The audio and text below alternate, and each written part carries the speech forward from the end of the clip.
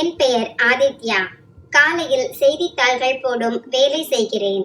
ஒரு நாள் நான் செய்தித்தாள் விநியோகித்துக் கொண்டிருந்த போது ஒரு பெரிய பங்களாவுக்கு அருகில் என் சைக்கிளை நிறுத்திவிட்டு எப்போதும் போல கையால் செய்தித்தாள்களை பங்களாவின் கேட்டின் உள்ளே தூக்கி எறிந்தேன். அங்கே சுமார் 25 வயதுடைய ஒரு பெண் நின்று கொண்டிருந்தாள். அவள் என்னை தடுத்து நிறுத்தி, செய்தித்தாள்களை இப்படித்தான் வீசி எறிவீர்களா?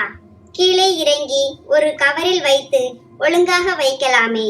தண்ணீரில் விழுந்தால் செய்தித்தாள் வீணாகிவிடும் என்று சொன்னாள். அவள் சொன்னதை கேட்டு என்னால் எதுவும் பேச முடியவில்லை. என் வாயிலிருந்து தானாகவே, சரிங்க மேடம், நான் தினமும் காலையில் செய்தித்தாள் போட்டுவிட்டு அதன் பிறகு காலேஜுக்கு போக வேண்டும். அதனால் எனக்கு ரொம்ப அவசரம். நான் தினமும் 200 வீடுகளில் செய்தித்தாள் போடுகிறேன். அதனால் ஒவ்வொரு வீட்டிலும் கேட்டின் உள்ளே செய்தித்தாள்களை தூக்கி எறிந்துவிட்டு உடனே கிளம்பி விடுவேன். ஆனால் அதற்கு பிறகு திவ்யா மேடத்தின் வீட்டுக்கு பக்கத்தில் நான் தினமும் சைக்கிளில் இருந்து இறங்கி செய்தித்தாள்களை கவரில் வைத்து ஒழுங்காக வைக்க ஆரம்பித்தேன். என் அப்பா ஆட்டோ ஓட்டி வந்தார். ஆனால் திடீரென்று அவருக்கு உடல்நிலை சரியில்லாமல் போகவே சில நாட்களுக்கு அவரால் ஆட்டோ ஓட்ட முடியவில்லை. எங்கள் குடும்பம் அப்பாவின் வருமானத்தில் தான் நடந்தது. அவருடைய உடல்நிலை சரியில்லாமல் போனதால் சில நாட்களுக்கு நானே ஆட்டோ ஓட்டலாம் என்று முடிவு செய்தேன். அதனால் காலையில் செய்தித்தாள் விநியோகித்து விட்டு பிறகு ஆட்டோ ஓட்ட கிளம்பி விடுவேன். அதில் கிடைக்கும் கொஞ்ச பணத்தை கொண்டு அப்பாவின் மருத்துவ செலவுகளையும் வீட்டையும் ஓட்டி சென்றேன். ஒரு முறை வழக்கம் போல செய்தித்தாள் போட்டுவிட்டு நான் ஆட்டோவை எடுத்துக்கொண்டு கிளம்பி விட்டேன். ஒரு நிறுத்தத்தில் நான் சவாரி ஏற்ற காத்து கொண்டிருந்தேன். சிறிது தூரத்தில் ஒரு பெரிய பளபளப்பான கார் வந்து நின்றது. அதிலிருந்து ஒரு டிரைவரும் ஒரு பெண்ணும் இறங்கினார்கள். ஒருவேளை அவர்களின் கார் நின்று போயிருக்கலாம். நான் உன்னிப்பாக பார்த்தபோது அது திவ்யா மேடம் தான். நான் உடனே அவர்களிடம் சென்று, மேடம், என்ன ஆச்சு என்று கேட்டேன். திவ்யா மேடம், எங்கள் கார் நின்று விட்டது. நான் ஆபீஸுக்கு போக வேண்டும். மிக முக்கியமான மீட்டிங் உள்ளது என்று சொன்னார்கள். நான் உடனே, மேடம், கவலைப்படாதீர்கள். உங்களுக்கு ஒன்றும் பிரச்சனை இல்லை என்றால் நான் உங்களை என் ஆட்டோவில் கொண்டு போய் விடுகிறேன் என்று சொன்னேன். திவ்யா மேடம் உடனே சரி என்றார்கள். நான் உடனே என் ஆட்டோவை அவர்கள் அருகில் கொண்டு வந்து நிறுத்தினேன். அவர்கள் என் ஆட்டோவில் அமர்ந்தார்கள். நானும் ஆட்டோவை இயக்க ஆரம்பித்தேன். ஆட்டோ ஓட்டும் போது திவ்யா மேடம் என்னிடம், என்ன, நீங்க செய்தித்தாள் போடுவதை நிறுத்தி விட்டீர்களா என்று கேட்டார்கள். நான் பதிலளித்தேன், இல்லை மேடம், என் அப்பாவுக்கு உடம்பு சரியில்லை. அவர் ஆட்டோ ஓட்டுபவர். ஆனால் இப்போதைக்கு வீட்டில் இருக்கிறார். அதனால் சில நாட்களாக நானே ஆட்டோ ஓட்டுகிறேன். என் பேச்சை கேட்ட திவ்யா மேடம், நீங்கள் மிகவும் சுறுசுறுப்பாகவும் கடின உழைப்பாளியாகவும் இருக்கிறீர்கள் என்று சொன்னார்கள். திவ்யா மேடத்தின் வாயில் இருந்து இந்த வார்த்தைகளை கேட்டதும் எனக்கு மிகவும் மகிழ்ச்சியாக இருந்தது. சிறிது தூரம் சென்ற பிறகு திடீரென்று என் ஆட்டோ நின்று விட்டது. நான் கீழே இறங்கி பார்த்தபோது என் ஆட்டோவில் டீசல் காலியாகி விட்டது. நான் என்னையே திட்டிக் கொண்டேன். என் தலையெழுத்தே இப்படித்தான் போல. திவ்யா மேடம், என்ன ஆச்சு என்று கேட்டார்கள். நான் டீசல் தீர்ந்து விட்டது என்று சொன்னேன். அதை கேட்டு அவர்களும் சற்று சோர்வடைந்தார்கள். ஆனால் நான் உடனே, நீங்கள் கவலைப்பட வேண்டாம், நான் ஏதாவது ஏற்பாடு செய்கிறேன் என்று சொன்னேன். நான் உடனே என் நண்பனுக்கு போன் செய்தேன். அவன் பக்கத்தில் தான் வசித்து வந்தான். நான் அவனிடம் முழு சூழ்நிலையையும் விளக்கினேன். அவன், சரி, நான் என் பைக்கை கொண்டு வருகிறேன் என்று சொன்னான். சில நிமிடங்களில் என் நண்பன் தன் பைக்கை எடுத்துக்கொண்டு அங்கே வந்து விட்டான். நான் அவனிடம் பைக்கை வாங்கி கொண்டேன். அவன் திரும்பி போய்விட்டான். நான் திவ்யா மேடத்திடம், வாங்க மேடம், உங்களுக்கு நேரம் ஆகிறது. நான் உங்களை இந்த பைக்கில் ஆபீஸ் வரை கொண்டு போய் விடுகிறேன் என்று சொன்னேன். அப்போது திவ்யா மேடம், இது யாருடைய பைக் என்று கேட்டார்கள். நான், இது என் நண்பனின் பைக் என்று சொன்னேன். அவர்கள், சரி என்று சொல்லிவிட்டு தங்கள் ஆடையை சரி செய்து கொண்டு ஒரு பையனைப் போல இரு கால்களையும் வெவ்வேறு பக்கமாக போட்டு என் பைக்கின் பின்னால் அமர்ந்து கொண்டார்கள். சாலை சற்று மோசமாக இருந்ததால் நான் சாலை சற்று மோசமாக உள்ளது, கொஞ்சம் கவனமாக அமர்ந்து கொள்ளுங்கள் என்று சொன்னேன். அவர்கள் பரவாயில்லை, கவலைப்பட வேண்டாம் என்றார்கள். நான் பைக்கை நிறுத்திய போது அவர்கள் தங்கள் ஒரு கையை என் தோள் மீது வைத்தார்கள். அவர்களின் கை பஞ்சு போல மிகவும் மென்மையாகவும் மிருதுவாகவும் இருந்தது. நான், மேடம், உங்களுக்கு ரொம்ப நேரம் ஆகிறது என்றால் நான் வண்டியை சற்று வேகமாக ஓட்டவா என்று கேட்டேன். அவர்கள் ஆமாம், சரி ஓட்டுங்கள் என்றார்கள். நான் வேகத்தை அதிகரித்தேன். இப்போது அவர்கள் இரண்டு கைகளையும் என் தோள்களின் மீது வைத்தார்கள். இப்போது எனக்கு தோன்றியது, நான் தரையில் இல்லை, வானத்தில் பைக் ஓட்டுவது போல இருந்தது. அவர்கள் தங்கள் ஆடையின் மீது மிகவும் நறுமணமுள்ள பெர்ஃப்யூமை பூசியிருந்தார்கள். அதன் வாசனை எங்கும் பரவி இருந்தது. அந்த நொடியில் நான் ஏதோ ஒரு சொர்க்கத்தில் இருப்பது போல் உணர்ந்தேன். என் மனதில் பலவிதமான எண்ணங்கள் வந்து கொண்டிருந்தன. அப்போது திவ்யா மேடம், நில்லுங்கள் நில்லுங்கள், என் ஆபீஸ் வந்துவிட்டது என்று சொன்னார்கள். இதை கேட்டதும் நான் கனவுலகத்திலிருந்து திடீரென்று தரையில் விழுந்தது போல உணர்ந்தேன். அவர்கள் பைக்கை நிறுத்தச் சொன்ன இடத்தில் திவ்யா டைமண்ட் இண்டஸ்ட்ரீஸ் என்ற ஆபீஸ் இருந்தது. நான், மேடம், நீங்கள் இங்கே வேலை செய்கிறீர்களா என்று கேட்டேன்.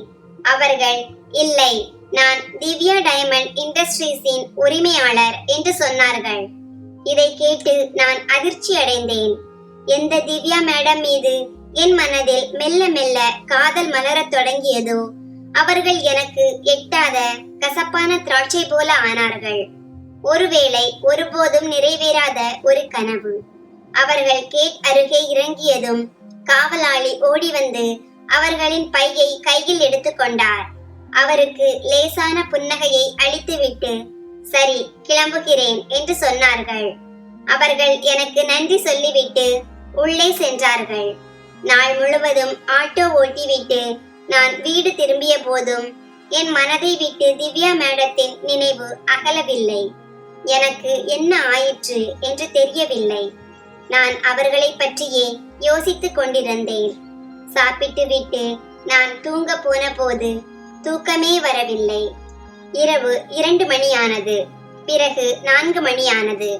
ஆனால் தூக்கம் கண்ணுக்கு எட்டாத தூரத்தில் இருந்தது. கடைசியில் நான் காலை 4 மணிக்கு எழுந்து விட்டேன். குளித்துவிட்டு செய்தித்தாள் விநியோகிக்க கிளம்பினேன். மற்ற எல்லா செய்தித்தாள்களையும் போட்டுவிட்டு நான் திவ்யா நிவாஸ் அருகில் வந்து கவரில் இருந்து செய்தித்தாள்களை எடுக்கவிருந்தேன். அப்போது திவ்யா மேடம் கேட் அருகில் வந்து விட்டார்கள்.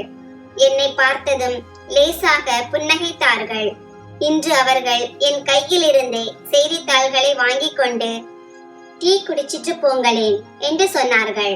நான், மேடம், நீங்கள் டீ கேட்டதற்கு நன்றி, ஆனால் இப்போது நான் டீ குடிக்க முடியாது.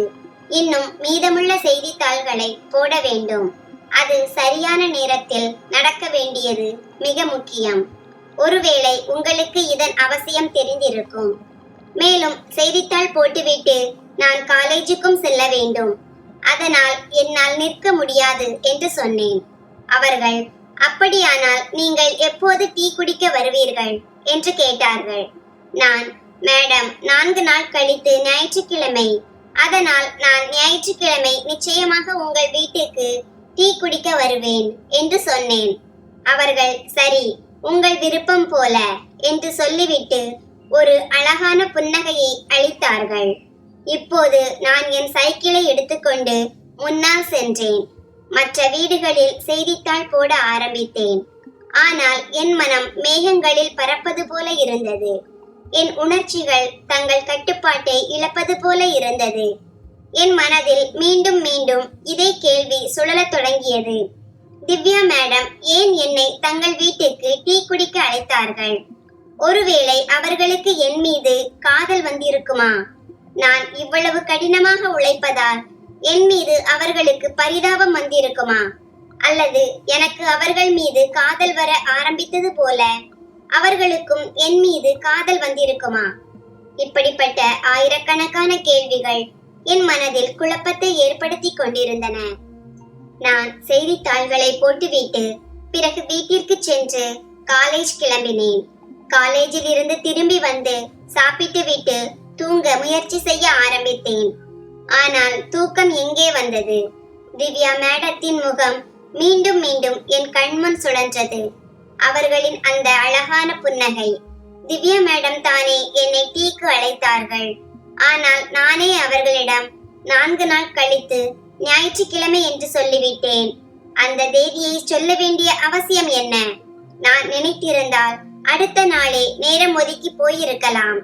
இப்போது இரவே கழியவில்லை. இந்த இரவு எவ்வளவு நீளமானது! தூக்கம் கண்ணுக்கு எட்டாத தூரத்தில் இருந்தது. நீண்ட நேர இரவுக்கு பிறகு எங்கோ ஒரு இடத்தில் எனக்கு தூக்கம் வந்தது. அடுத்த நாள் காலையில் எழுந்து மீண்டும் செய்தித்தாள் விநியோகிக்க கிளம்பினேன். நான் திவ்யா மேடத்தின் வீட்டை நெருங்க நெருங்க என் இதயம் வேகமாக துடிக்க ஆரம்பித்தது. இப்போது நான் திவ்யா மேடத்தின் வீட்டின் முன் வந்துவிட்டேன். சைக்கிளை கேட் அருகில் வைத்து கவரில் இருந்து செய்தித்தாள்களை எடுத்து கேட் அருகில் சென்று போட்டுவிட்டேன். ஆனால் இன்று திவ்யா மேடத்தை காணவில்லை. நான் அவசரத்தில் இருந்ததால் செய்தித்தாள்களை போட்டுவிட்டு கிளம்பிவிட்டேன். இன்று மேடம் தெரிவார்கள் என்று மனதில் ஒரு சிறிய நம்பிக்கை இருந்தது. ஆனால் அதிர்ஷ்டம் என்னுடன் இல்லை. இதற்கு பிறகு தொடர்ந்து 3 நாட்கள் செய்தித்தாள்களை போட்டேன். ஆனால் திவ்யா மேடத்தை ஒரு முறை கூட பார்க்க முடியவில்லை. சரி, ஞாயிற்றுக்கிழமை வந்தது. நான் எல்லா செய்தித்தாள்களையும் சீக்கிரம் போட்டுவிட்டு பிறகு திவ்யா மேடத்தின் வீட்டை நோக்கி சென்றேன். இன்று மேடம் என்னை டீ குடிக்க அழைத்திருந்தார்கள். நான் மிகவும் உற்சாகமாக இருந்தேன். நம்பிக்கைகளும் ஆசைகளும் எல்லா கோடுகளையும் கடந்து போயிருந்தன. நான் செய்தித்தாள்களுடன் திவ்யா மேடத்தின் வீட்டிற்கு வந்தேன். கேட் திறந்திருந்தது. நான் கவரில் இருந்து செய்தித்தாள்களை எடுத்து கேட்டின் உள்ளே சென்றேன். இன்று முதல் முறையாக நான் கேட்டை தாண்டி வீட்டின் மெயின் கேட் வரை சென்றேன். அங்கே காவலாளி அமர்ந்திருந்தார். அவர் என்ன வேண்டும், என்ன வேலை என்று கேட்டார்.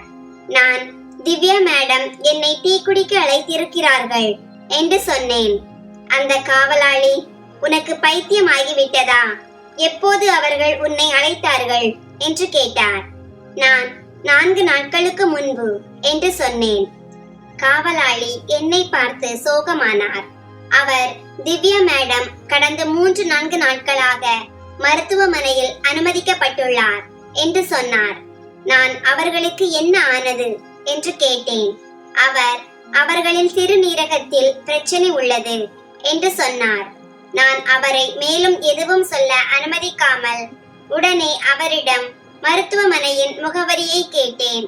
பிறகு நான் ஓடி மருத்துவமனைக்கு சென்றேன். மருத்துவமனை மிகவும் பெரியதாக இருந்தது. நான் வரவேற்பறைக்கு சென்று திவ்யா மேடம் எங்கே அனுமதிக்கப்பட்டுள்ளார்கள் என்று கேட்டேன். அவர்கள் எனக்கு அறை எண்ணை சொன்னார்கள். நான் அங்கே சென்றேன். அறைக்கு வெளியே பல பேர் நின்று கொண்டிருந்தார்கள். ஒருவேளை திவ்யா மேடத்தின் ஆபீஸின் மேனேஜர் அல்லது ஊழியர்களாக இருக்கலாம். அவர்கள் ஒருவருக்கொருவர் பேசிக் கொண்டிருந்தார்கள். நான் எட்டி பார்க்க முயற்சி செய்தேன். ஆனால் மேடத்தை காணவில்லை. ஏனெனில் அவர்கள் ஐசியூவில் வைக்கப்பட்டிருந்தார்கள்.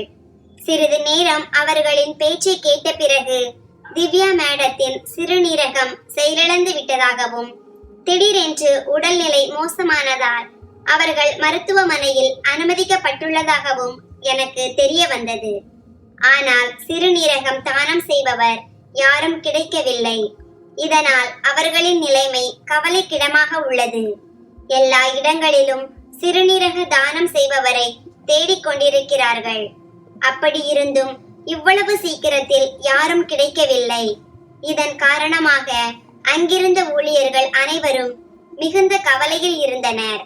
அப்போது நான் அங்கிருந்த திவ்யா மேடத்தின் ஒரு ஊழியரிடம் சென்று, நான் என் சிறுநீரகத்தை கொடுக்க தயாராக இருக்கிறேன் என்று கூறினேன். அந்த நேரத்தில் அவருடைய கவனம் என் மீது இல்லை. ஆனால் நான் சொன்ன இரண்டொரு வார்த்தைகள் அவருடைய காதுகளில் விழுந்திருக்க வேண்டும். அதனால் இப்போது அவர் என்னை மிக உன்னிப்பாக பார்க்க ஆரம்பித்தார். மேலும் நீங்கள் என்ன சொன்னீர்கள் என்று மீண்டும் கேட்டார். நான் திவ்யா மேடத்திற்கு என் சிறுநீரகத்தை கொடுக்க தயாராக இருக்கிறேன் என்று கூறினேன். அப்போது அந்த ஊழியர் இந்த மகிழ்ச்சியான செய்தியை எல்லோரிடமும் தெரிவித்தார். அனைத்து ஊழியர்களும் மிகுந்த சந்தோஷம் அடைந்தனர். அதே சமயம் திவ்யா மேடத்தின் ஒரு மேலாளர் என் அருகில் வந்து, மேடத்திற்கு சிறுநீரகம் கொடுக்க நீங்கள் எடுத்த முடிவுக்கு நாங்கள் உங்களுக்கு நன்றியுள்ளவர்களாக இருக்கிறோம். இதற்கு பதிலாக உங்களுக்கு 1,00,000 பரிசாக வழங்கப்படும். மேலும் உங்களுக்கு வேறு ஏதாவது தேவைப்பட்டால் தயக்கமின்றி தெரிவிக்கலாம் என்றார். நான் உடனே அந்த மேலாளருக்கு பதிலளித்தேன். சார், நான் என் சிறுநீரகத்தை பணத்துக்காக கொடுக்கவில்லை. நான் என் சிறுநீரகத்தை திவ்யா மேடத்திற்காக கொடுக்கிறேன். பணம் வாங்க நான் மறுத்துவிட்டேன். சிறிது நேரம் கழித்து என்னை அங்கிருந்த தலைமை மருத்துவர் அருகில் அழைத்து சென்றனர். அவர் எனக்கு சில மருத்துவ பரிசோதனைகள் செய்து, இச்சிறுவன் சிறுநீரகம் தானம் செய்யலாம் என்று பச்சை கொடி காட்டினார். சிறிது நேரத்திலேயே நான் ஐசியூவில் அனுமதிக்கப்பட்டேன். எனக்கு சில ஊசிகள் கொடுக்கப்பட்டன. சுற்றி மருத்துவர்கள் மற்றும் மக்களின் குரல்கள் கேட்கத் தொடங்கியது. ஆனால் சிறிது நேரத்திற்கு பிறகு எல்லா சத்தங்களும் நின்று போனது. நான் எப்போது உறங்கி போனேன் என்று எனக்கே தெரியவில்லை. சிறிது நேரம் கழித்து நான் கண் விழித்த போது என் பக்கத்தில் திவ்யா மேடத்தின் படுக்கை இருப்பதையும் நானும் அங்கே படுத்துக் கொண்டிருப்பதையும் கண்டேன். வயிற்றின் கீழ்ப்பகுதியில் எனக்கு லேசான வலி இருந்தது. எனக்கு சுய நினைவு வந்தவுடன் மருத்துவர்கள் என் அருகில் வந்தார்கள். அவர்கள் எனக்கு மேலும் சில ஊசிகளை கொடுத்தார்கள். ஒரு குளுக்கோஸ் ஏற்றியும் வைத்தார்கள். அங்கிருந்த பெரிய மருத்துவர் என்னிடம், உங்களுக்கு எப்படி இருக்கிறது என்று கேட்டார். நான் வெறும் தலையசைத்து லேசான புன்னகையுடன் என்னை சாதாரணமாக காட்ட முயற்சித்தேன்.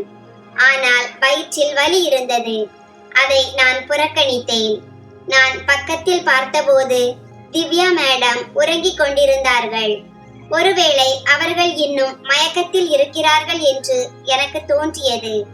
என் சோகமான முகத்துடன் நான் திவ்யா மேடத்தை பார்த்து கொண்டிருந்தேன். அவர்களுடைய பாதி முகமே தெரிந்தது. கையில் குளுக்கோஸ் ஏற்றப்பட்டிருந்தது. அவர்களை பார்ப்பதற்காக நான் என் தலையை இடதுபுறமாக திருப்பினேன். அப்போது அங்கே ஒரு நர்ஸ் வந்தார். அவர், சார், நேராக பாருங்கள், கழுத்தை இங்கும் அங்கும் திருப்பாதீர்கள், இல்லையெனில் உங்களுக்கு மேலும் சிரமம் ஏற்படும் என்றார். நான் சற்று அதிர்ச்சி அடைந்தேன். ஒரு கனவில் இருந்து நிஜத்திற்கு திரும்பியது போல.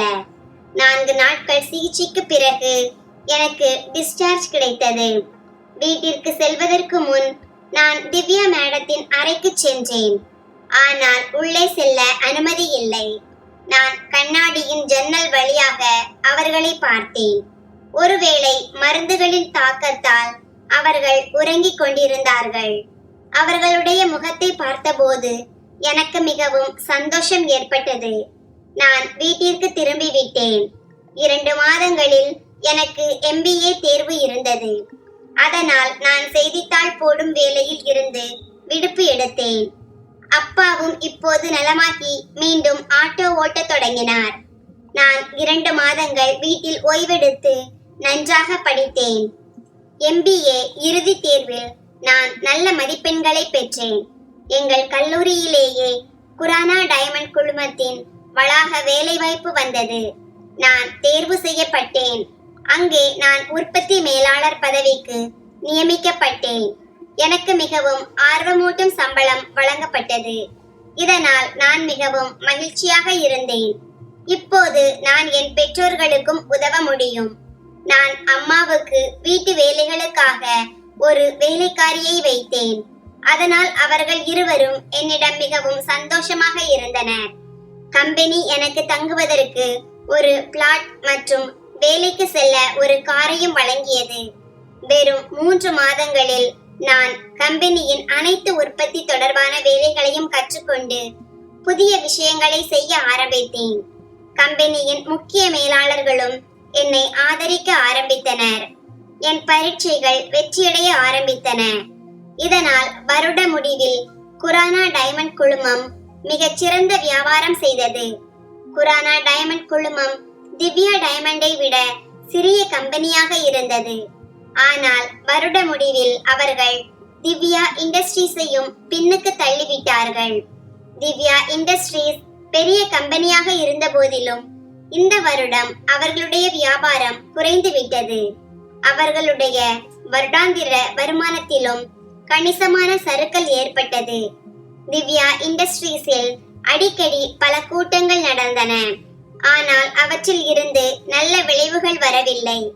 இப்போது குரானா இண்டஸ்ட்ரீஸ் சந்தையில் திவ்யா இண்டஸ்ட்ரீஸை பின்னுக்கு தள்ளிவிட்டது. திவ்யா மேடம் தன் கம்பெனியில் ஒரு கூட்டத்தை அழைத்தார். அனைத்து மேலாளர்களும் அழைக்கப்பட்டனர். குரானா டைமண்ட் இண்டஸ்ட்ரீஸ் எப்படி இவ்வளவு முன்னேறியது என்று விவாதம் தொடங்கியது. அவர்கள் என்ன செய்கிறார்கள்? அது நம்மால் செய்ய முடியவில்லை. அந்த கம்பெனி நம் கம்பெனியை விட மிகவும் சிறியது. அப்படி இருந்தும் இந்த வருடம் அவர்கள் நம்மை மிகவும் பின்னுக்கு தள்ளிவிட்டார்கள். இந்த விஷயத்தை சகித்துக் கொள்ளவே முடியாது. இதற்கான காரணத்தை நாம் நிச்சயமாக கண்டுபிடிக்க வேண்டும். அப்போது ஒரு மேலாளர், மேடம், குரானா இண்டஸ்ட்ரீஸில் ஒரு புதிய உற்பத்தி மேலாளர் வந்துள்ளார், ஆதித்யா வர்மா. அவர் மிகவும் புத்திசாலி மற்றும் தொடர்ந்து புதிய புதிய சோதனைகள் செய்கிறார். அவருடைய அனைத்து சோதனைகளும் வெற்றி அடைகின்றன. அதனால்தான் சந்தையில் அவருடைய கம்பெனி நம்மை பின்னுக்கு தள்ளிவிட்டது என்றார். திவ்யா மேடம், ஆதித்யா வர்மா, இந்த பெயரை நான் முதல் முறையாக கேட்கிறேன் என்றார். ஆமாம் மேடம், அவர் புதியவர் என்று மேலாளர் பதிலளித்தார். மேடம் கேட்டார், நீங்கள் அவரை சந்தித்திருக்கிறீர்களா? இல்லை மேடம், அவரை சந்திக்க அப்பாயின்மெண்ட் எடுக்க வேண்டும் என்று மேலாளர் கூறினார். அப்போது திவ்யா மேடம், சரி, அப்படியானால் நாளை அவரை சந்திக்க முயற்சி செய்யுங்கள். இல்லையெனில் நீங்கள் அவருக்கு ஒரு தனிப்பட்ட கடிதம் எழுதுங்கள். அந்த கடிதத்தை நம்பகமானவர்கள் மூலம் அவர் வசம் அனுப்புங்கள். நாளை நான் நேரில் அவரை சந்தித்து நம் அலுவலகத்தில் பேசுவேன். அவர் சம்மதித்தால் நாம் அவருக்கு இரட்டிப்பு சம்பளம் கொடுத்து நம் கம்பெனியில் சேர்த்துக் கொள்வோம் என்றார். சரி மேடம், நான் இப்போதே கடிதத்தை தட்டச்சு செய்கிறேன் என்று கூறி மேலாளர் தன் அலுவலகத்திற்கு சென்று ஆதித்யா வர்மாவிற்கு ஒரு தனிப்பட்ட கடிதத்தை தயாரித்தார். ஒரு சிறப்பு ஊழியர் மூலம் அந்த கடிதம் உடனடியாக குரானா இண்டஸ்ட்ரீஸில் உள்ள ஆதித்யா வர்மாவின் அலுவலகத்திற்கு அனுப்பப்பட்டது. புதிய விஷயங்களில் சோதனைகள் செய்வதற்காக நான் பெரும்பாலும் இரவு 10-11 மணி வரை அலுவலகத்திலேயே இருப்பேன். அதனால் அந்த கடிதம் எனக்கு இரவில் கிடைத்தது. திவ்யா மேடத்தின் கடிதத்தை படித்தவுடன் எனக்கு மிகவும் சந்தோஷம் ஏற்பட்டது. அவருடைய கடிதம் என் இதயத்தில் மறைந்திருந்த காதலை மீண்டும் உயிர்ப்பித்தது. உண்மையை சொல்ல போனால் அன்று மாலை அவரை சந்திக்க செல்ல எனக்கு மனம் இருந்தது. ஆனால் மரியாதை காரணமாக என்னால் போக முடியவில்லை. இப்போது நான் திவ்யாவை சந்திக்க ஒரு இரவு மட்டும் கடக்க வேண்டி இருந்தது. ஆனால் அந்த இரவு கடந்து செல்லவே இல்லை. மக்கள் தங்கள் காதலை பெறுவதற்காக முழு வாழ்க்கையையும் கடந்து விடுகிறார்கள். நான் வெறும் ஒரு இரவை கடக்க வேண்டி இருந்தது. ஆனால் இன்றுதான் புரிந்தது ஒரு இரவு எவ்வளவு நீளமானது என்று. இந்த இரவு முடிவடையவே இல்லை. திவ்யா மேடத்தின் நினைவுகள் இதயத்தை விட்டு நீங்கவில்லை. என்ன செய்வது, எப்போது விடியும் என்று யோசித்துக் கொண்டே நான் புரண்டு படுத்தேன். திவ்யாவின் காதல் எனக்கு ஒரு கனவாக இருந்தது. அதனால் நான் அவர்களை மறந்துவிட முடிவெடுத்தேன். ஏனென்றால் திவ்யா மேடத்தின் காதல் எனக்கு கிடைப்பது சாத்தியமில்லை. அவர்களை மறப்பதுதான் என் நன்மைக்கு என்று நான் புரிந்து கொண்டேன். திவ்யாவை மறப்பதற்காக நான் ஒரு வருடம் அவர்களை சந்திக்கவில்லை. ஆனால் அவருடைய கடிதம் காய்ந்த நிலத்தில் அமுதத்தை பொழிந்தது போல இருந்தது. நான் அதிகாலையில் சென்று என் வண்டியை திவ்யா இண்டஸ்ட்ரீஸின் கேட் அருகே நிறுத்தினேன். அங்குள்ள காவலாளியிடம் திவ்யா மேடம் வந்துவிட்டாரா என்று கேட்டேன். அதற்கு அவர், இன்னும் வரவில்லை, அவர்கள் 10 மணிக்கு வருவார்கள் என்றார். நான் அங்கே 9:30 மணிக்கே வந்துவிட்டேன். பிறகு நான் கம்பெனியின் அலுவலகத்தை நோக்கி நடக்க ஆரம்பித்தேன். அங்குள்ள 2வது காவலாளி என்னிடம், எங்கே செல்கிறீர்கள் என்று கேட்டார். அப்போது நான் என் கையில் இருந்த கடிதத்தை காட்டி திவ்யா மேடம் என்னை சந்திக்க அழைத்ததாக கூறினேன். அவர், சரி, நீங்கள் காத்திருப்பு அறையில் அமர்ந்து அவர்களுக்காக காத்திருக்கலாம் என்றார். ஆனால் நான் காத்திருப்பு அறையில் அமராமல் கேட்டிலேயே நிற்க முடிவு செய்தேன். 10-15 மணிக்கு ஒரு பளபளக்கும் கார் வருவதை கண்டேன். அந்த கார் கேட் அருகில் நின்றது. அதிலிருந்து திவ்யா மேடம் வெளியே வந்தார். காவலாளி உடனே கேட்டை திறந்து மேடத்தின் கையில் இருந்த பையை வாங்கினார். திவ்யா மேடத்தின் பார்வை என் மீது பட்டபோது அவர் சிரித்துக்கொண்டே, அடடே, நீங்கள் ஏன் இங்கே நிற்கிறீர்கள் என்றார். நான் உங்களை சந்திக்க வந்தேன் என்றேன். அவர், இத்தனை நாட்களுக்கு பிறகு உங்களுக்கு என் நினைவு எப்படி வந்தது என்றார். நான், உங்களுக்கு ஒரு டீ கடன் இருந்தது, இன்று அதை அடைத்துவிட வேண்டும் என்று முடிவு செய்தேன் என்றேன். அவர் சிரித்துக்கொண்டே, ஆமாம் ஆமாம், டீயும் கிடைக்கும், அதோடு காலை உணவும் கிடைக்கும், வாருங்கள், அலுவலகத்தில் பேசலாம் என்றார். பிறகு நான் திவ்யாவின் பின்னால் அலுவலகத்தை நோக்கி நடந்தேன். நாங்கள் இருவரும் அலுவலகத்திற்குள் சென்றோம். அவர் என்னை சோஃபாவில் அமரச் சொன்னார். அவரும் அங்கேயே அமர்ந்து கொண்டார். பிறகு அவர் ஒரு ஊழியரை கூப்பிட்டு டீ மற்றும் காலை உணவு கொண்டு வாருங்கள் என்று கூறினார். திவ்யா என்னை நோக்கி பார்த்து, சரி, எப்படி இருக்கிறீர்கள்? இவ்வளவு நாட்கள் ஆகிவிட்டதே, எந்த செய்தியும் இல்லை, சந்திப்பும் இல்லை, செய்தித்தாள் போடுவதை நிறுத்தி விட்டீர்களா என்று கேட்டார். நான், ஆம் மேடம், இப்போது பேப்பர் போடும் வேலையை விட்டுவிட்டேன் என்று பதிலளித்தேன். அவர், பிறகு என்ன, ஆட்டோ ஏதாவது எடுத்தீர்களா என்று கேட்டார். நான், இல்லை மேடம், அப்பாவின் ஆட்டோவையும் விற்றுவிட்டேன் என்றேன். அப்போது எதிரே உள்ள மேசையில் டீ, காலை உணவு மற்றும் சில பிஸ்கெட்டுகளை வைத்துவிட்டு ஊழியர் அலுவலகத்தை விட்டு வெளியே சென்றார். நாங்கள் இருவரும் டீ கோப்பைகளை எடுத்து டீ குடிக்க ஆரம்பித்தோம். டீயை குடிக்கும் போது திவ்யா மேடம் என்னிடம், நீங்கள் இப்போது என்ன வேலை செய்கிறீர்கள் என்று என்னிடமே சொல்லவில்லை. வேறு வேலை எதுவும் இல்லை என்றால் சொல்லுங்கள், நான் உங்களுக்கு முழுமையாக உதவுவேன். மேலும் உங்கள் பெயர் என்ன? இன்று வரை நீங்கள் உங்கள் பெயரை கூட சொல்லவில்லை என்று கேட்டார். நான், மேடம், நீங்கள் ஒருபோதும் கேட்கவில்லையே என்றேன். நான் மேலும் ஏதோ சொல்லவிருந்தேன். அப்போது அவருடைய கம்பெனியின் பொது மேலாளர் அலுவலகத்திற்குள் வந்தார். என்னை பார்த்து சற்று ஆச்சரியமடைந்தார். பொது மேலாளரை பார்த்து திவ்யா மேடம், ஆதித்யா வர்மாவின் ஏதேனும் செய்தி வந்ததா என்று கேட்டார். மேலாளர் ஆழ்ந்த மூச்சு விட்டு சிரித்துக்கொண்டே, மேடம், இதுவரை அவருடைய எந்த செய்தியும் வரவில்லை. ஆனால் நீங்கள் கடந்த 1 வருடமாக என்னிடம் யாரை பற்றி கேட்டுக் கொண்டிருந்தீர்களோ அதே ஆதித்யா தான் உங்கள் முன் அமர்ந்திருக்கிறார். அவர் உங்களுக்கு தன் ஒரு சிறுநீரகத்தை தானம் செய்தவர். மருத்துவமனையில் அவர் ஆதித்யா என்ற பெயரில் தான் பதிவு செய்திருந்தார். டிஸ்சார்ஜ் ஆன பிறகு அவர் எங்களை சந்திக்க ஒருபோதும் வரவில்லை. நாங்கள் அவரை தேட மிகவும் முயற்சி செய்தோம். ஆனால் அவருக்கு எந்த முகவரியும் இல்லை. ஏனென்றால் அவர் எந்த முகவரியையும் பதிவு செய்யவில்லை என்றார். மேலாளரின் பேச்சை கேட்ட திவ்யா நிறைந்த கண்களுடன் என்னை நோக்கினார். அவருடைய கண்களில் இருந்து கண்ணீர் வழியத் தொடங்கியது. திவ்யாவின் கன்னத்தில் வழியும் கண்ணீரை கண்டு என் இதயமும் உருகியது. என்னால் என்னை கட்டுப்படுத்த முடியவில்லை மற்றும் அவருடைய கன்னத்தில் கை வைத்து அந்த கண்ணீரை துடைக்க ஆரம்பித்தேன். சில வினாடிகள் கண்களை மூடி திவ்யா மீண்டும் கண்களை திறந்து, நீங்கள் ஏன் எனக்கு இவ்வளவு பெரிய துரோகம் செய்தீர்கள் என்று கேட்டார். நான் பயந்து போய், துரோகமா? நான் என்ன தவறு செய்தேன் என்றேன். அவர், ஆமாம், ஒருவேளை தவறு என்னுடையதுதான். எனக்கு வாழ்வு கொடுத்தவருக்கு நான் நன்றி கூட சொல்லவில்லை. ஏனென்றால் நீங்கள் உங்கள் அடையாளத்தை எனக்கோ அல்லது என் ஆட்களுக்கோ சொல்லவில்லை. நீங்கள் சூரியனைப் போல இருந்தும் எப்போதும் மறைந்தே இருந்தீர்கள். நீங்கள் எனக்கு சிறுநீரகம் கொடுக்கவில்லை என்றால் இன்று திவ்யா இந்த உலகில் இருந்திருக்க மாட்டார். நீங்கள் சிறுநீரகம் கொடுத்து எனக்கு வாழ்வு கொடுத்தீர்கள்.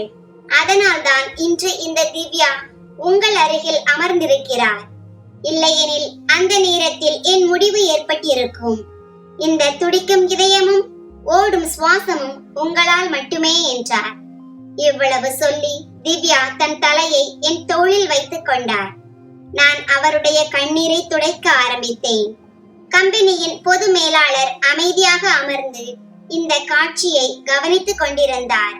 அவருடைய அனுபவம் வாய்ந்த கண்கள் திவ்யாவின் முகத்தை கவனமாக ஆய்வு செய்து கொண்டிருந்தன. அவர் எழுந்து, மேடம், ஆதித்யா வர்மா இவ்வளவு நேரம் வந்திருக்க வேண்டும், ஆனால் இன்னும் வரவில்லை. நான் அவருக்கு மீண்டும் செய்தி அனுப்பியுள்ளேன் என்று சொல்லிவிட்டு வெளியே சென்றார். திவ்யா என்னை கட்டிப்பிடித்து, சொல்லுங்கள் ஆதித்யா, நீங்கள் இதுவரை எங்கே இருந்தீர்கள் என்று கேட்டார். என் உடலில் ஒரு சிலிர்ப்பான அலை ஓடியது. திவ்யாவை காதலிக்கும் என் கனவு உண்மையாகிக் கொண்டிருந்தது. எனக்கு எப்போதும் தொலைவில் இருப்பதாக தோன்றிய திவ்யா இன்று என்னை காதலிக்க ஆரம்பித்திருந்தார். திவ்யாவும் என்னை காதலிக்கிறார் என்பதில் நான் என்னை மிகவும் அதிர்ஷ்டசாலியாக நினைத்தேன். திவ்யாவின் முன் நான் ஒரு சாதாரண இளைஞனாக இருந்தேன். அவர் ஒரு கம்பெனியின் உரிமையாளர். சிறுநீரகம் தானம் செய்த பிறகு ஒரு வருடம் நீங்கள் ஏன் என் அருகில் வரவில்லை என்று திவ்யா என்னிடம் கேட்டார். நான் சிறுநீரகம் கொடுத்து எந்த உபகாரமும் செய்யவில்லை. நான் இங்கே எந்த உபகாரத்தையும் காட்ட வரவில்லை. நான் மனதில் உங்களை காதலித்தேன். அதை காதலுக்காகத்தான் நான் உங்களுக்கு என் சிறுநீரகத்தை கொடுத்தேன் என்றேன். நான் சில வேலைகளில் பிஸியாக இருந்தேன். அதனால் உங்களிடம் வர முடியவில்லை. இப்போது என்ன வேலை செய்கிறீர்கள்? செய்தித்தாள் போடுவதை விட்டு விட்டீர்கள் அல்லவா? ஆம், இப்போது நான் குரானா இண்டஸ்ட்ரீஸில் வேலை செய்கிறேன். அவர், நீங்கள் என் அருகில் வந்திருக்கலாம், நான் உங்களுக்கு என் கம்பெனியில் நல்ல வேலை கொடுத்திருப்பேன் என்றார். எனக்கு கல்லூரி வளாகத்திலேயே வேலை கிடைத்தது. நான் அங்கே உற்பத்தி மேலாளர் என்று பதிலளித்தேன். உற்பத்தி மேலாளர்? நீங்கள் ஆதித்யா வர்மா இல்லையா? ஆம், என் பெயர் ஆதித்யா வர்மா தான். ஆதித்யா வர்மா என்ற பெயரை கேட்டதும் திவ்யாவின் சந்தோஷத்திற்கு அளவே இல்லை. அவர் மகிழ்ச்சியில் கத்தினார் மற்றும் உடனே மேலாளரை அழைத்தார். திவ்யாவின் குரலை கேட்டு மேலாளருடன் மற்ற துறை தலைவர்களும் ஊழியர்களும் ஓடி வந்தனர். மகிழ்ச்சியில் பைத்தியம் பிடித்த திவ்யா மேலாளரிடம், அங்கிள், நமக்கு தேவையான ஆதித்யா நாம் எதிர்பார்த்ததை விட மிகவும் நல்லவராக நிரூபித்துள்ளார். இன்று நமக்கு ஒருவர் அல்ல, இரண்டு ஆதித்யா வர்மாக்கள் கிடைத்துள்ளனர் என்று கூறினார். இவ்வளவு சொல்லி திவ்யா எல்லோர் முன்னிலையிலும் என்னை கட்டிப்பிடித்தார். அங்கிருந்துதான் என் வாழ்க்கையின் உண்மையான கதை தொடங்கியது. எங்கள் மகிழ்ச்சிக்கு எல்லையே இல்லை. இப்போது எனக்கு என் காதல் கிடைத்து விட்டது. திவ்யாவும் நானும் ஒருவருக்கொருவர் ஒன்று சேர்ந்து மிகுந்த மகிழ்ச்சியுடன் இருந்தோம். நான் குரானா டைமண்ட் குழுமத்தின் நிறுவனத்தில் இருந்து ராஜினாமா செய்ய போவதாக இருந்தேன். ஆனால் நிறுவனத்தின் உரிமையாளர், நீங்கள் எங்களை விட்டு போக வேண்டாம், உங்களுக்கு என்ன வேண்டுமானாலும் நாங்கள் கொடுப்போம் என்றார். உண்மையில் எனக்கு பணத்தின் மீது ஆசை இல்லை. ஆனால் குரானா டைமண்ட் குழுமம் தான் எனக்கு அடையாளத்தை கொடுத்தது. அதனால் அவர்களுக்கு நான் போவது சரியில்லை என்று தோன்றும் வரை நான் அவர்களை விட்டு செல்வதும் சரியில்லை என்று கருதினேன். நான் குரானா டைமண்ட் குழுமத்தின் நிறுவனத்தை விட்டு போகவில்லை. திவ்யா என் முடிவில் சம்மதம் தெரிவித்தாள். அவள் எனக்கு துணையாக இருந்தாள். நான் அவ்வப்போது திவ்யாவுக்கு உதவ ஆரம்பித்தேன். திவ்யாவின் ஊழியர்களுக்கும் முக்கிய குழுவிற்கும் ஆலோசனை வழங்க ஆரம்பித்தேன். என் வழிகாட்டுதலின்படி அவளுடைய நிறுவனமும் வளர்ச்சி அடைய ஆரம்பித்தது. மெல்ல மெல்ல திவ்யா டைமண்ட் இண்டஸ்ட்ரீஸும் முன்னேற ஆரம்பித்தது. இதனுடன் திவ்யாவுக்கும் எனக்கும் இடையிலான காதலும் வளர்ந்து கொண்டே இருந்தது. திவ்யாவின் நிறுவனத்திற்கும் அபாரமான வரவேற்பு கிடைக்க ஆரம்பித்தது. இந்த மகிழ்ச்சியில் திவ்யா தன் ஊழியர்களுக்காக ஒரு விருந்தை ஏற்பாடு செய்தாள். இது ஊழியர்களுக்கான விருந்துதான், ஆனால் நிறுவனத்திலேயே நடத்தப்பட்டது. பரிசுகளும் வழங்கப்பட்டன. ஊழியர்கள் கடினமாக உழைத்திருந்தார்கள். நானும் அவ்வப்போது அவர்களுக்கு வழிகாட்டி இருந்தேன். பின்னர் ஒரு பெரிய ஹோட்டலில் ஊழியர்களுக்காக ஒரு பெரிய விருந்து ஏற்பாடு செய்யப்பட்டது. விருந்து இரவு 10 மணிக்கு இருந்தது. ஆனால் திவ்யா என்னை குறிப்பாக முன்னதாகவே அழைத்திருந்தாள். நான் 5 மணிக்கே ஹோட்டலுக்கு சென்று விட்டேன். அனைத்து ஊழியர்களும் அங்கே இருந்தனர். ஊர் மற்றும் நாட்டின் சில பெரிய வணிகர்கள் கூட அங்கே அழைக்கப்பட்டிருந்தார்கள். நாங்கள் இருவரும் ஒன்றாக இருந்ததை பார்த்து ஊடகத்துறையினர் அங்கே கூடிவிட்டார்கள். அதோடு பல பெரிய வணிகர்களும் எங்களை சந்திக்கவும் பேசவும் ஆவலாக இருந்தார்கள். இதற்கிடையில் குரானா டைமண்ட் குழுமத்தில் எனக்கு இப்போது 50% பங்குதாரர் பதவி கிடைத்திருந்தது. அதனால் இப்போது நான் அங்கே மேலாளராக இல்லாமல் உரிமையாளராக செயல்பட்டு வந்தேன். விருந்தில் இவ்வளவு வணிகர்கள் வந்திருந்ததால் ஒவ்வொருவராக வந்து எங்களை சந்தித்து பேச ஆரம்பித்தார்கள். இதனால் திவ்யாவுக்கும் எனக்கும் ஒருவருக்கொருவர் திறந்து பேசவோ அல்லது சந்திக்கவோ வாய்ப்பு கிடைக்கவில்லை. விருந்தில் நாங்கள் நடனம் கூட ஆட முடியவில்லை. இருப்பினும் விருந்து மிகவும் மகிழ்ச்சியுடனும் உற்சாகத்துடனும் நிறைவடைந்தது. பின்னர் நான் வீட்டிற்கு புறப்பட்டேன். வெளியே சென்று காருக்கு அருகில் வந்தேன்.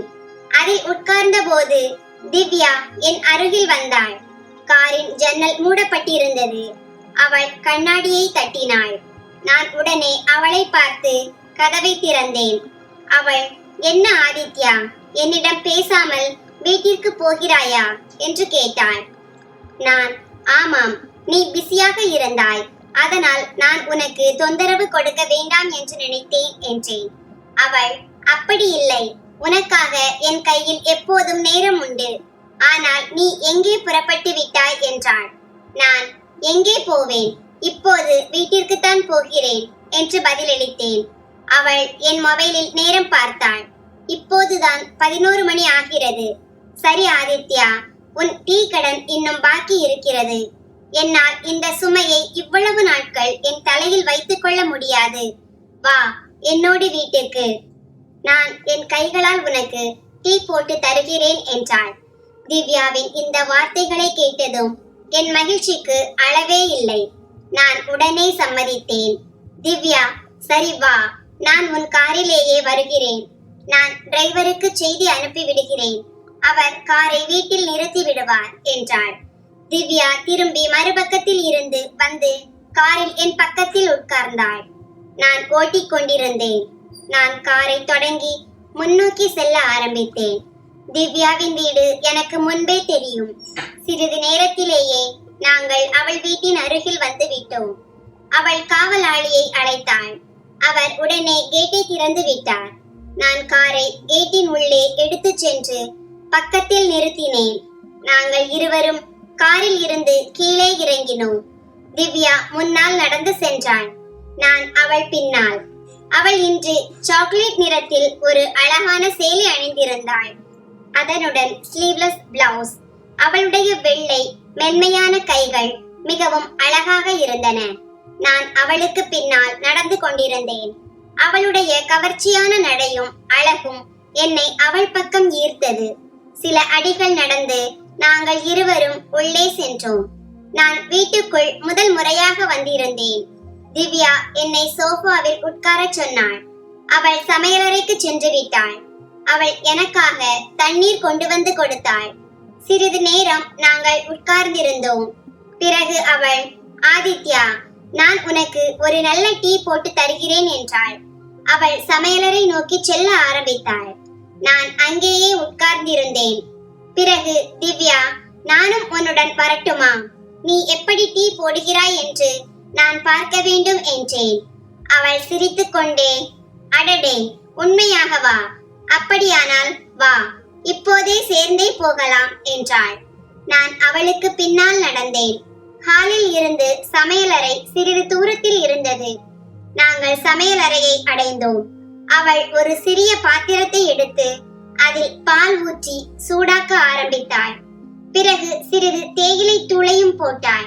உண்மையில் திவ்யா இன்று மிகவும் அழகாக இருந்தாள். அவள் எனக்காக டீ போட்டு கொண்டிருந்தாள்.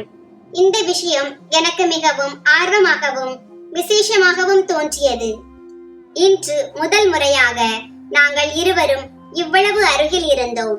எங்கள் அருகில் வேறு யாரும் இல்லை. திவ்யாவின் இளஞ்சிவப்பு கன்னங்களை பார்த்து அவளை பார்ப்பதில் இருந்து என்னால் என்னை கட்டுப்படுத்த முடியவில்லை. இன்று அவள் லேசாக மேக்கப் செய்திருந்தாள். சாக்லேட் நிற சேலையுடன் அதே நேரத்தில் ஸ்லீவ்லெஸ் பிளவுஸ் அணிந்திருந்தாள். அதில் அவள் ஒரு தேவதை போல தெரிந்தாள்.